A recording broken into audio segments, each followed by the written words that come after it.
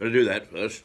Yes, switch on the old microphone. Good morning. I'm just looking through my copy of. Why don't we do it this way? Because I think we can. Yes, Town and County magazine. I'm not a very good shot, but Town and County. Out this week. Oh, there's a lovely fire. Even now, to be enjoyed, because it is still a bit chilly first thing in the morning. I don't know what time you get up, but it's 5:45 now. I'm Keith Hayes, chatting to you from Lewes on the south coast of England, and I say that with tongue-in-cheek slightly, because most of what I say is tongue-in-cheek, including the articles that I write for Town and County. But hopefully I'm a bit of a storyteller, and we can get through to various points by telling tall tales. Anyway, back to how also the master of red herrings. I dash off in every direction. I'm Keith Hayes, and Lewes is actually about 5 miles inland from the coast. It's the county town of East Sussex in the United Kingdom. It has a twin town. Well, it has a twin town in Europe, of course, but it has a town named after it, Lewes in Delaware. And we welcome anybody who happens to be awake at Lewes in Delaware, although I think probably it's about 2 o'clock in the morning there, so it'll be late night revelers. But we do quite often have friends and colleagues and viewers from the west coast of Canada, where they're only just, it's 10 o'clock at night, I suppose. They're revelling too, some of them, but others are settling down to think about going to bed, having their hot cocoa or brandy or whatever they have to help them sleep. And we welcome them as well, because we do get quite a lot of correspondence from there, and we're grateful for it. And we like to be able to respond when we go on the air here. But primarily, we try to look after the affairs and events and matters of concern to people in the stretch of East Sussex that goes from Battle to Brighton. Battle in the eastern part of the county. Brighton is, we only go to the edge of Brighton, and it's now a city in its own right, but it is our boundary to the west. To the north, we almost reach Gatwick, even though that's in West Sussex and not East Sussex, and in the east to Tunbridge Wells. So that's our remit, as it were. We are growing in number in terms of viewers, and that's why I take the time just to outline to you who we are and what we are, not least of which is it's the old adage of tell them, remind them that you've told them, then remind them that you've reminded them, because that way you actually will eventually remember who you're watching, Mirador Television, and perhaps even remember my name, Keith Hayes. All right, that's all over. What's happening in the United Kingdom is very unsavoury, but I think it's very dangerous.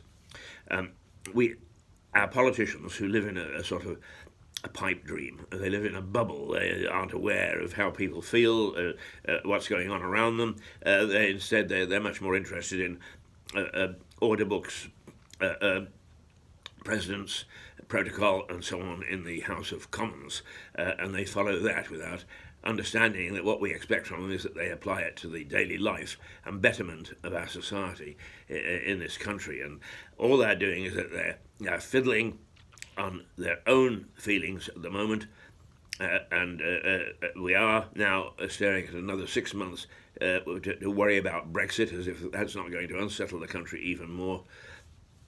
And it is, from my point of view, not good enough. And I see that Nigel Farage has now started to come onto the scene, and what do you want to bet? That he makes a good charge. And some analysts are saying he could easily destroy the Tories, and it wouldn't surprise me. It wouldn't surprise me one little bit. Somebody's going to destroy the Tories, but I think also they'll probably destroy Labour along the way, because it's got its own divisions. Perhaps that might not be a bad thing. I have no idea.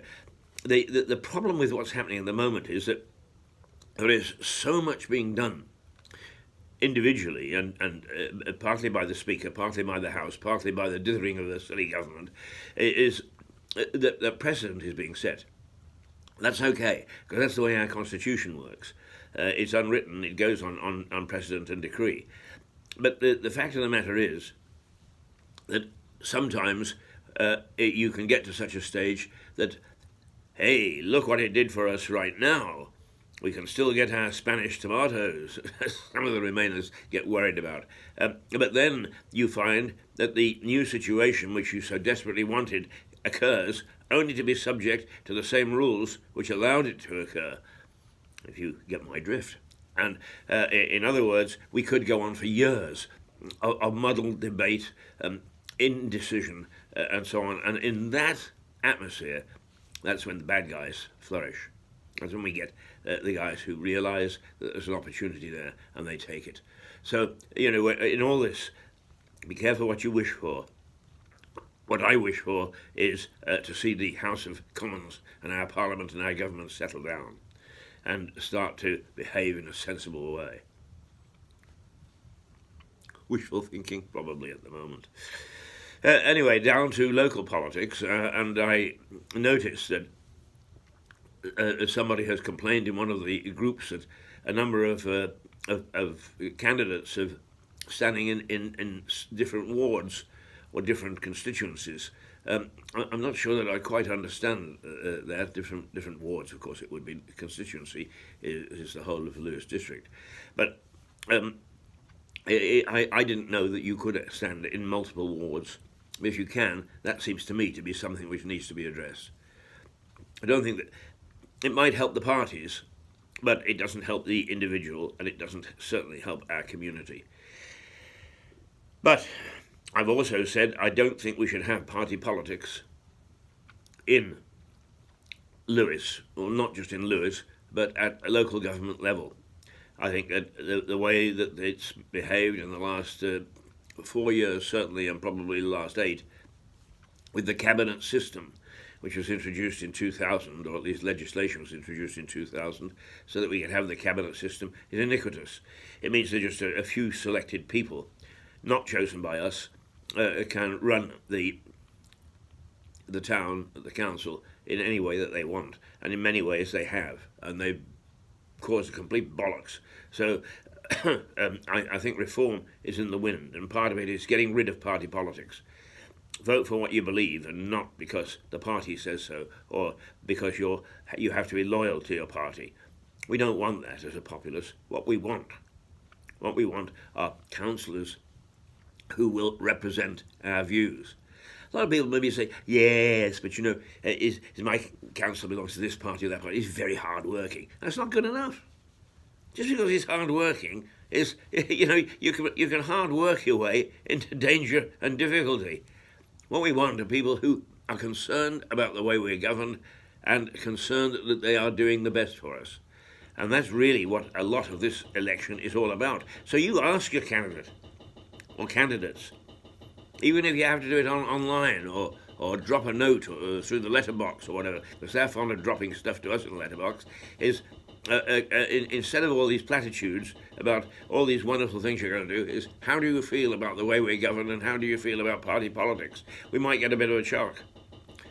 I know privately that there are several councillors who are concerned about party politics and think that it actually does not work in our best interests. I'm not going to name them, but the feeling is there. Ask, and then vote, May the 2nd. May the 2nd. Let's see. Yes, we're not very far off now. We've only got about 4 minutes to go. There's a couple of things that, our democracy started just down the road in Lewis Priory, where the Mise or Mise, I'm never sure how to pronounce it, but I can spell it, M-I-S-E, of Lewis was signed by King Henry the Third. Third, yes, after he was defeated by Simon de Montfort at the Battle of Lewis. And that is seen as the first sign of democracy in England. Yes, the Magna Carta had been signed about 50 years earlier, but in fact it wasn't signed because, believe it or not, King John couldn't read and couldn't write. It's how times have changed. So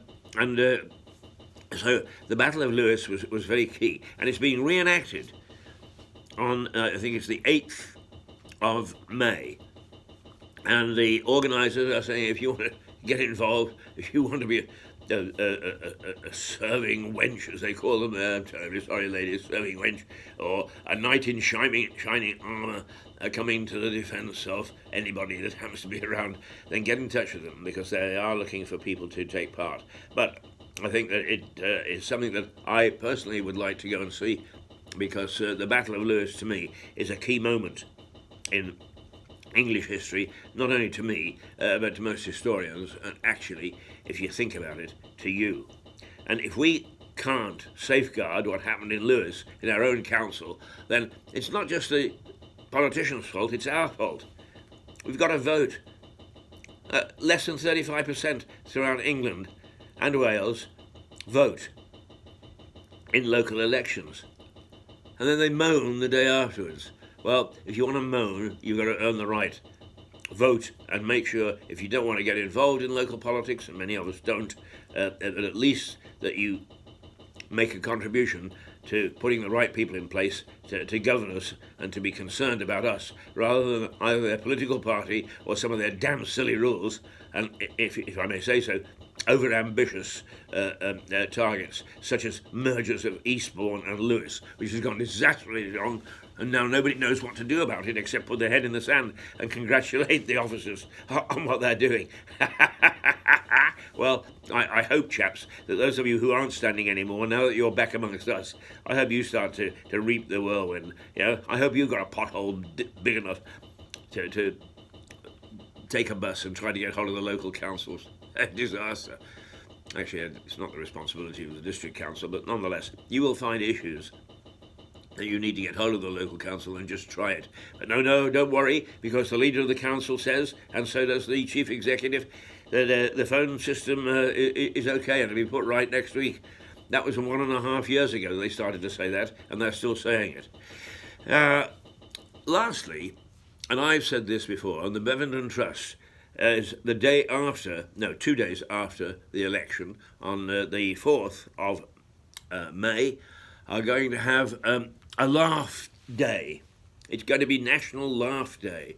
And laughter is the best medicine for almost any illness. And much as I may irk a lot of people, get up their left nostril, as it were, I do a lot of laughing.